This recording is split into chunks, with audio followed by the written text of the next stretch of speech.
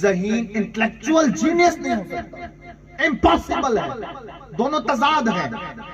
ایک ہے رات، جیسے رات اور دن ہے نا، رات ہوگی تو دن نہیں ہوگا، دن ہوگا تو رات نہیں ہوگی. ایسے ہی اگر ڈپریسڈ ہے تو انٹلیکچوئل نہیں ہوگا، انٹلیکچوئل ہے تو اسے ڈپریشن نہیں آئے گا. اب آپ یاد رکھیے گا، جب مسلمان ڈپریسڈ نہیں ہوتا تو یہ ذہین بھی ہوتا ہے. میں آپ کو بتاتا ہوں، سیکٹر کمیٹی کی رپورٹ کہتی ہے کہ مائنورٹیز میں مسلمانوں کے اندر، یہ جو مسلم مائنورٹی ہے نا، ان کے اندر سب سے زیادہ ذہین اسٹوڈنٹ پائے جاتے ہیں. پھر کیا وجہ ہے کہ ہماری نمائندگی نہیں ہے؟ وجہ یہی ہے کہ ہمیں صحیح مقصد نہیں ملتا، ہمیں صحیح راہ نہیں ملتی.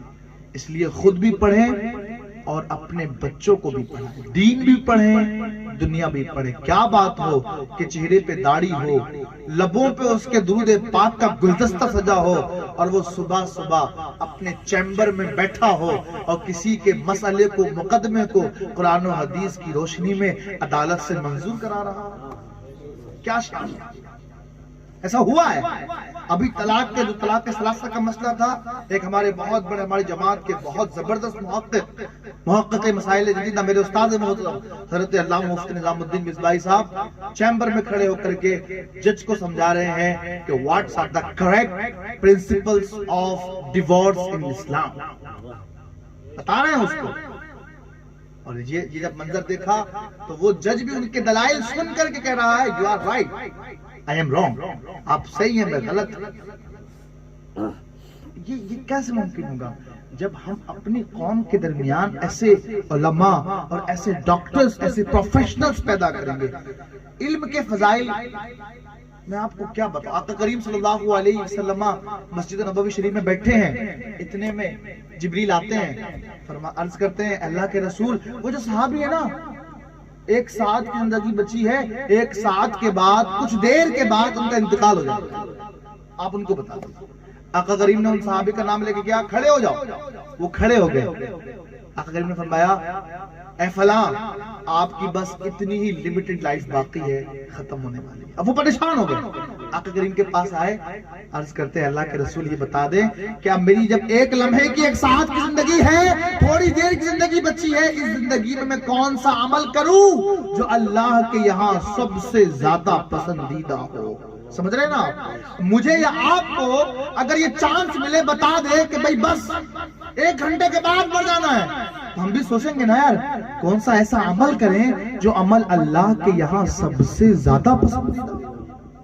تو صحابی عرض کرتے ہیں اللہ کے رسول بتا دے نا وہ کون سا عمل ہے جو اللہ کے نزدیک سب سے زیادہ پسندیدہ ہے اور میں اس وقت میں کروں. آقا کریم نے فرمایا جا کر کے علم کی محفل میں بیٹھ جاؤ، علم سیکھ لو. سبحان اللہ، سب سے بہتر عمل ہے. سبحان اللہ. راوی کہتے ہیں اگر علم سے بہتر کوئی اور چیز ہوتی تو آقا کریم اس چیز کا حکم ارشاد فرماتے.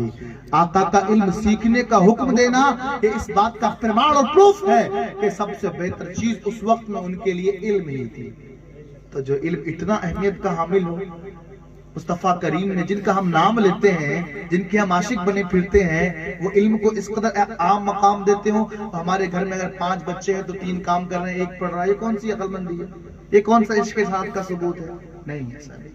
میں آپ کو بتاؤں صفہ چبوترے میں رہنے والے حضرت ابو ہریرہ فرماتے ہیں کہ ہمارے پاس واللہ پیسہ تو دور کی بات، بدن پر لباس بھی نہیں ہوتا تھا، اور ہم نے اپنے گھر کو، اپنے پیسے کو، دنیا کو صرف اس لیے چھوڑ دیا تھا تاکہ ہم اس درسگاہ سے، اس یونیورسٹی سے اپنے آپ کو بہتر اسکالر اور بہتر عالم دین کی صورت میں قوم کے سامنے پیش کریں. تو ہمارے اسلاف تو یہ ہیں، ہمارے اینسیسٹر تو یہ ہیں، ہمارا کیا انداز.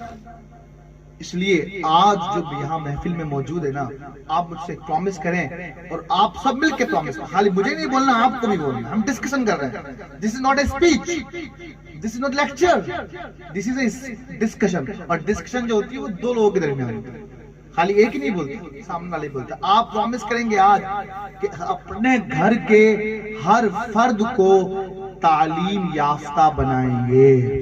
سب زور سے بول دیں انشاءاللہ.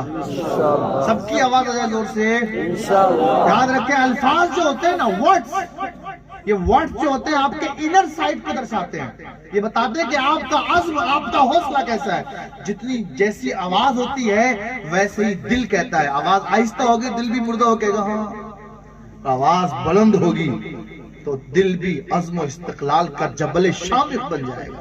تو زور سے کہیں انشاءاللہ اپنے ہر بچے کو دینی اور دنیاوی دونوں تعلیموں سے آراستہ کرانا ہے، انشاءاللہ عالم بھی بنانا ہے، ڈاکٹرز بھی بنانا ہے۔ اور جب 10 سال کے بعد اس گاؤں میں آئے نا ہم، تو آپ کے گاؤں کے بہت سے وہ ہوں جو ڈاکٹرز ہوں، اور بہت سے وہ ہوں جو پی ایچ ڈی ہولڈرز ہوں، اور ساتھ میں وہ خدمت دین انجام دیں۔ ہوگا انشاءاللہ ایسا؟ زور سے نیت تو کر دیں انشاءاللہ۔ ہمیں وہ عظمت رفتہ واپس لے کے آنی ہے۔ ہمیں یاد رکھیے یہ بڑے چلاک ہے۔ اصل میں ہمارا بچہ جب اسکول جاتا ہے نا، اور اسکول میں جا کر کے وہ سائنٹسٹ کے نام پڑھتا ہے، روبرٹس پڑھتا ہے، جانسن پڑھتا ہے، سمجھتا ہے کہ سارا سائنس ان یورپ والوں کے یہاں سے ہے۔ قطعی ایسا نہیں ہے۔ ان نالائق لوگوں نے ہمارے مسلمان سائنسدانوں کے نام بھی چینج کر دیے۔ ابن جابر کو یہ گیبر کہتے ہیں۔ میں آپ کو بتاؤں، انہوں نے سقراط کو سکریٹیس کہتے ہیں۔ میں آپ کو ایک فہرست دیتا ہوں کہ انہوں نے ایک بہت خطرناک چال کے ساتھ یہ کیا کہ مسلمان بچوں کے ذہن کو معاف کر دیا جائے، ان کو ذہنی طور سے یتیم بنا دیا جائے، ان کی سوچوں کو، ان کی فکروں کو کوڑے دان میں پھینک دیا جائے۔ یہ جان نہیں سکے کہ ان کے اسلاف، ان کے باپ دادا، ان کے علماء، ان کے اطباء، ان کے صلحاء، ان کے اولیاء کوئی بہت بڑے سائنسداں بھی تھے۔ اس لیے ان نالائق لوگوں نے ان کے نام تک چینج کر کے ان کی تھیوریز کو نہ بدل سکے، یہ لوگ ان کی فکر کو، ان کے پرنسپلز کو یہ چینج نہ کر سکے۔ ان کو لازمی تھا کہ ان پرنسپلز کو پڑھا کر کے میڈیکل سائنس کو فروغ دیں۔ یہ بیرونی کے اصول کے بغیر میتھمیٹکس الجبرا نہیں پڑھا سکتے تھے۔ ان کو لازم تھا کہ البیرونی کے اصول کو شامل کریں، پرنسپلز کو اس کے اندر انٹروڈیوس کرائیں۔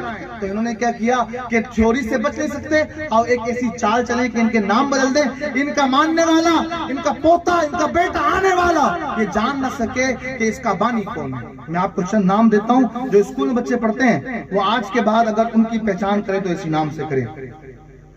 جابر بن حیان، اس کو یہ گیبر کے نام سے انٹروڈیوس کرتے ہیں۔ ابن رشد، ان کو یہ اویرو کے نام سے، ابن سینا ایوینا کے نام سے، ابن ہیشم کو الہیزن کے نام سے یہ انٹروڈیوس کرتے ہیں۔ اور یہ سارے کے سارے مسلمان مفکرین اور سائنسدان ہیں۔ آپ کو حیرت ہوگی، دنیا کا سب سے بڑا میڈیکل سائنس سینٹر جو بنایا گیا وہ مصر کے شہر قاہرہ میں بنا۔ 872 عیسوی کے اندر مصر کے شہر قاہرہ میں سب سے پہلے میڈیکل سائنس کا اسٹڈی سینٹر قائم ہوا، جہاں سے ڈاکٹرز کی ایک ٹیم فارغ ہوئی، اور ان کے بنانے والے کا نام تھا محمد احمد بن طالون، جس کا نام میرے نبی کے نام پر تھا۔ تو اس پوری کائنات کو، اس پوری یونیورس کو جس نے میڈیکل سائنس کی اسٹڈی کرائی ہے وہ کوئی اور نہیں، محمد عربی کا غلام۔ آج ہم دیکھ لیں آج کتنے ایم بی بی ایس جو مسلمز ہوتے ہیں، بہت ناقص۔ اس کے اندر بھی آپ کو آنا، اور میں آپ کو حیرت ہوگی، میں آپ کو حقائق بتا رہا ہوں کہ کیا کیا چیزیں۔ یونیورسٹیاں، مراکش کے شہر قزوین میں سب سے پہلے القراویون نام کی یونیورسٹی قائم دنیا کے اندر۔ 859 عیسوی میں مراکش کے شہر القراوین میں سب سے پہلی یونیورسٹی قائم ہوئی، اور اس یونیورسٹی قائم کرنے والا بندہ بھی مسلمان تھا، محمد عربی کی زلفوں کا یسیر تھا۔ آقا کریم کے ناموں کو نام سن کر کے انگوٹھوں کو چومنے والا بندہ تھا۔ یہ سب ہماری چیزیں ہیں۔ اور آپ کو بتاؤں، سرجری، الزہراوی یہ سرجری کے ماسٹر ہیں۔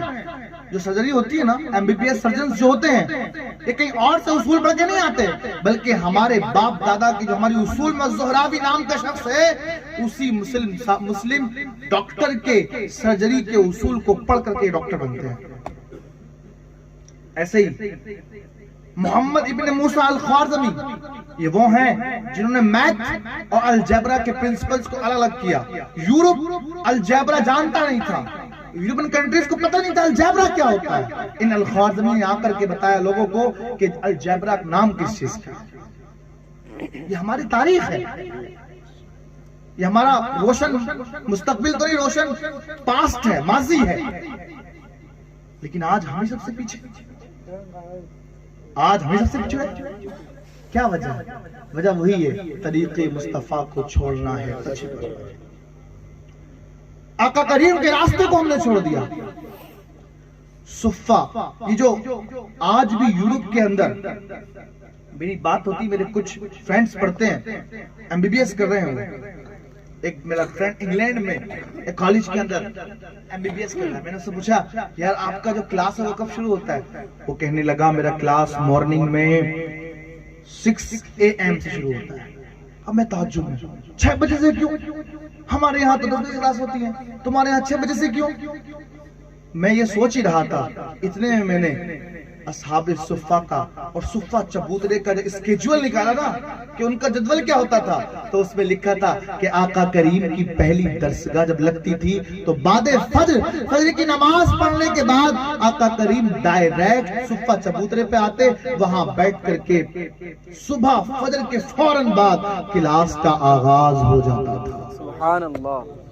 تو جو آج یورپین کنٹریز اپنے اسکیجول میں شامل کر رہی ہیں، یہ کوئی اور چیز نہیں ہے، محمد عربی کے غلاموں، یہ میرے مصطفیٰ نے بہت پہلے ہمیں سکھایا، بٹ ہمیں توجہ نہیں، ہم جاننا نہیں چاہتے، ہم پڑھنا نہیں چاہتے۔ آج اس سیمینار سے یہ عزم مصمم لے کے جائیں کہ انشاءاللہ اپنے گھر کے ہر فرد کو ایجوکیٹڈ بنانا ہے اور خود بھی ایجوکیشن لینا ہے۔ جہاں دنیا بھی ضروری ہے وہاں دینی بے انتہا ضروری ہے۔ آپ اپنا ایک مقصد بنا لیں، وہ مقصد میرے ساتھ دہرائیں گے انشاءاللہ۔ چلے کہیں ہمیں سب کو bright future, bright hereafter, اس کی کوشش کرنی ہے، یعنی روشن مستقبل بھی ہو اور روشن قبر بھی ہو۔ خالی جس کا مستقبل روشن ہے وہ کامیاب نہیں ہے۔ ڈاکٹر بن کے آیا، آ کے بیٹھ گیا اور اس نے فیس لگ دی 1000 روپیہ، اور اس کے بعد جب وہ کسی غریب کو دیکھتا ہے اس کے پاس کھانے کے پیسے نہیں ہوتے، چہرہ مرجھا چکا ہے، کمر جھک چکی ہے، بیچارہ اس کے پاس رگڑتا نہ جانے کیسے اس کے پاس پہنچتا ہے، اس سے 1000 روپے مانگتا ہے، پھر وہ دوائی جو 50 روپے مل جاتی ہے اس کے 500 روپے لے لیتا ہے۔ یہ ظلم ہے۔ اس سے مستقبل تو روشن ہو گیا لیکن قبر اس سے روشن نہیں۔ آپ کو ایسا ڈاکٹر بننا ہے جس کا فیوچر بھی برائٹ ہو اور جس کی ہیئر آفٹر بھی برائٹ ہو، روشن مستقبل بھی ہو، روشن قبر بھی ہو، روشن آخرت بھی ہو۔ اور یاد رکھیں دنیا اس وقت تک صحیح معنی میں کامیاب نہیں ہو سکتی جب تک وہ اسلام کے ان پرنسپلز کو نہیں اپنا لیتی۔ آج یورپ کے اندر سب سے سستی کوئی چیز اگر ہے تو وہ میڈیکل ہے۔ وہاں پہ نہیں چلتا یہ سب کچھ، وہاں ہر چیز کا ایک ریٹ ہے، ایک فکس ہے، وہاں یہ سب کچھ نہیں ہوتا، اس لیے کہ انہیں پتا ہے کہ کامیابی یہ اسلام کے اصولوں کے دامن میں چھپی ہوئی ہے۔ اگر کوئی اپنا ڈاکٹر ہوگا، اور آج میں آپ کو ایک بڑی حیرت ہوتی ہے، اپنی بچیوں کو بھی ڈاکٹر بنائیں، بڑی شرم آتی ہے کہ جب ہمارے گھر کی عورتیں، بیویاں، بچیاں یہ ڈیلیوری کے لیے کسی غیر محرم ڈاکٹر کے پاس یا کسی غیر مسلم لیڈی ڈاکٹر کے پاس جاتے ہیں۔ آج سے پہلے بھی تو بچے پیدا ہوئے نا، آج 99% سی سیکشن سے بچے کیوں پیدا ہو رہے ہیں؟ آج سے پہلے بچے پیدا نہیں ہوئے کیا؟ وہاں تو کوئی سی سیکشن نہیں تھا۔ وجہ کیا ہے؟ یہ بھی بہت بڑی ایک سازش ہے۔ دنیا کہتے ہیں نا ہم دو ہمارے دو، تو آپ تو مانو گے نہیں، لیکن وہ آپ کو ایسے منوائیں گے، جب وہ سی سیکشن کر دیں گے اس کے بعد کہیں گے 2 کے بعد تیسرا کرو گے اس کی جان ختم ہو جائے گی۔ تو یہ بھی تو ایک بات ہے۔ تو یہ اور وہ فزیکلی اتنی کمزور بھی ہو جاتی ہیں اس کے بعد کہ اذکار نماز اور عبادات اس کو بھی احسن انداز سے ادا نہیں کر پاتے۔ تو یہ بہت بڑی سوچی سمجھی سازشیں ہیں۔ اگر آپ سوچو ہر مسلمان بستی میں اگر ایک لیڈی مسلم نرس ہو تو کتنا ہماری قوم کا فائدہ ہوگا۔ آپ بھی جو پیرنٹس بیٹے ہیں جن کی بچیاں 5 سے 6 سال کی ہیں، وہ ہمارے ڈاکٹر صاحب سے رابطہ کر لیں اور اپنی بیٹیوں کا ذہن ابھی سے بنائیں کہ انہیں لیڈی اسلامک نرس بنائیں، جو اچھے انداز سے، آسان انداز سے آپ کے گھر کی بیویوں کی بچوں کو ڈیلیوری میں آسانی ہو سکے۔ اور ایسا نہیں ہے، اسلام میں یہ ہے۔ آقا کریم صلی اللہ علیہ وسلم حضرت سمیہ فرماتی ہیں جب غزوے کے لیے تشریف لے جاتے تو کچھ عورتیں خیمے کے اندر ہوتی جو میڈیکل کیمپ ہوا کرتا، تو جو جنگ میں لڑتے لڑتے زخمی ہو جاتے نا، تو صحابہ ان زخمی صحابہ کو اٹھا کر کے اس میڈیکل کیمپ کے ڈور پہ لا کے رکھ دیتے، اس کے اندر بیٹھی صحابیہ نرسیں وہ آتی، ان کو اندر لے کے جاتی، ان کی مرہم پٹی کرتی اور ان کو علاج میں مدد فراہم کرتی۔ یہ صحابیہ، یہ نرس نہیں ہے۔ حضرت صفیہ رضی اللہ تعالی عنہ جو میرے آقا کی پھپھی ہیں، انہوں نے بہت سے مریضوں کا علاج کیا۔ بات یہ ہے، کسی نے بڑی پیاری بات کہی تھی، زندگی کا ہر کام عبادت بن سکتا ہے، بس فرق ایک ہے کہ آپ اپنی نیت بدل لو۔ ہم سوتے بھی ہیں نا تو سونا بھی عبادت بن جائے گا، چلنا بھی عبادت بن جائے گا، بات کرنا بھی عبادت بن جائے گا، بس فکر یہ بنانی ہے کہ میں سو اس لیے رہا ہوں تاکہ مجھے فجر میں اٹھنا آسانی سے نصیب ہو جائے۔ میں کسی سے میٹھے انداز سے بات اس لیے کر رہا ہوں کہ میرا سامنے والا بھائی جو ہے نا، میری باتوں سے اس کے دل میں خوشی کی لہر دوڑ پڑے۔ میں چل اس لیے رہا ہوں کہ میری باڈی فٹ رہے تاکہ میں عبادات اچھے انداز سے کر سکوں۔ زندگی کا ہر فعل، every corner of your life, یہ عبادت ہے اگر سلیقہ آپ کو ہو تو۔ ہر چیز عبادت۔ آپ اسکول میں جاتے ہیں اس نیت سے جائیں کہ میں اسے پڑھ کر کے اپنے دین کی خدمت کروں گا، اپنے دکھیاری لوگوں کی مدد کروں گا، میں غریبوں کا سہارا بنوں گا، تو وہ آپ کا سیکھنا بھی عبادت بن جائے۔ تو اسلام تو بہت وسیع ذہن دیتا ہے۔ اسلام، لوگ کہتے ہیں دقیانوس لوگ ہیں، پرانے زمانے کا مذہب ہے۔ نہیں میرے پیارے بھائیوں، اسلام ہر زمانے کا، ہر دور کا مذہب ہے۔ لوگ کہتے ہیں بھئی برقع پہنا کے یہ کر دیا، وہ کر دیا، ایسا ہو گیا، ویسا ہو گیا۔ میں آپ کو بتاؤں، اسلام سے بڑھ کر کے کسی نے عورت کو مقام مرتبہ آج تک دیا ہی نہیں۔ اس کی ایک مثال ہے، آپ نے بہت سنا الجنت تحت اقدام الامہات، جنت ماں کے قدموں کے نیچے، لیکن اس پہ غور کریں آپ، آج تک آپ نے غور نہیں کیا، سنا تو بہت ہے۔ دنیا اور آخرت کا سب سے بلند مرتبہ ہے جنت۔ کیا ہے جی؟ دنیا اور آخرت کا سب سے بلند مقام ہے جنت۔ عورت کے جسم کا سب سے نچلا حصہ ہے کیا؟ پیر۔ یہ نہیں کہا کہ جنت ماں کے ہاتھ کے نیچے ہے، یہ نہیں کہا کہ جنت ماں کے قدموں کے نیچے، کہا جنت ماں کی گود میں، یہ نہیں کہا ہاتھ کے نیچے، یہ نہیں کہا۔ کیوں؟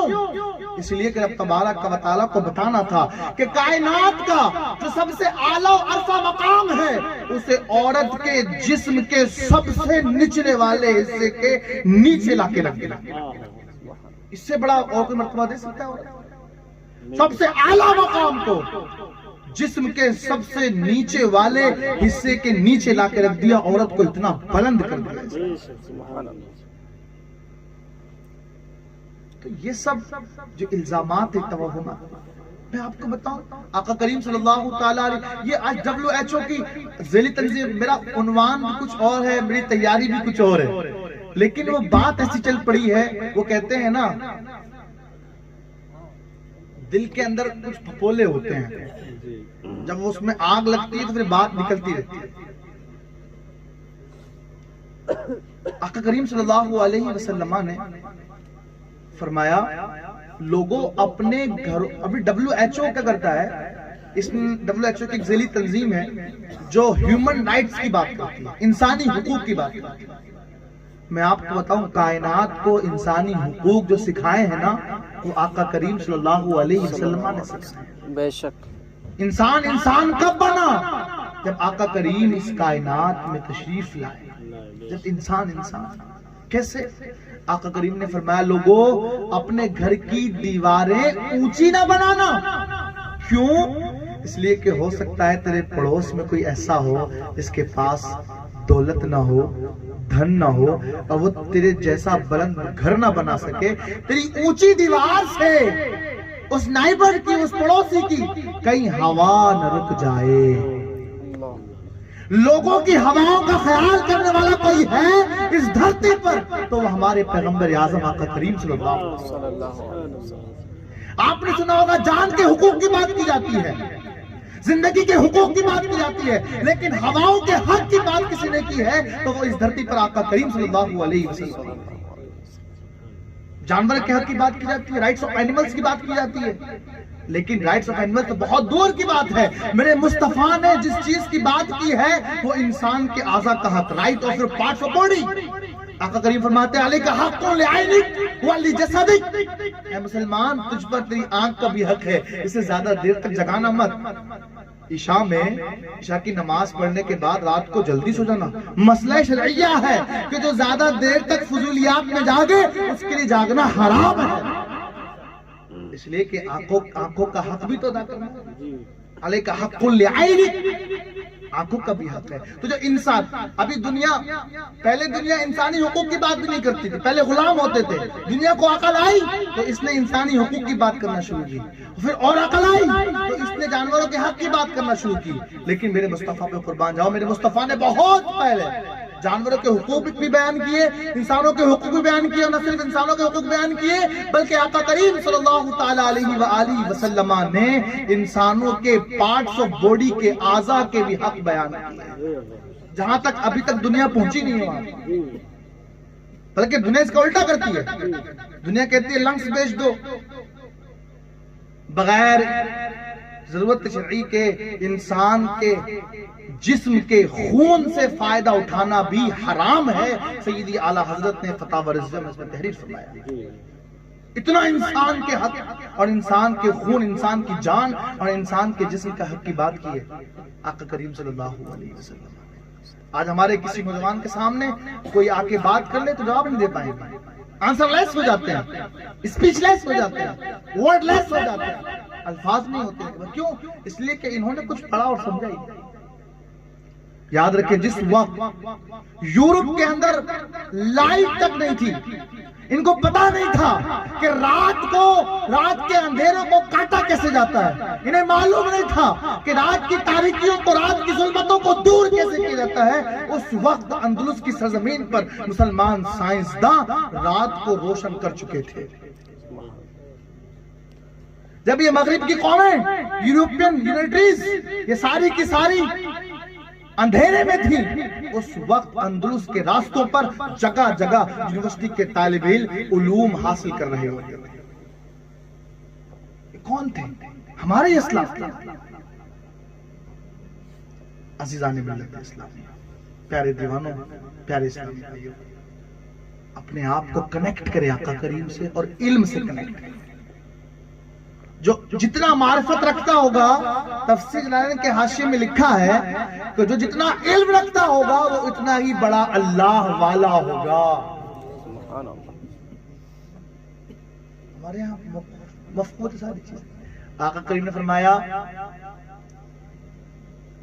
من سلک طریقا یلتمس فیہ علما سہل اللہ لہ طریقا الی الجنہ، کہ جو علم حاصل کرنے کے لیے جائے نا، اللہ پاک اس کے لیے جنت کا راستہ آسان کر دیتا ہے۔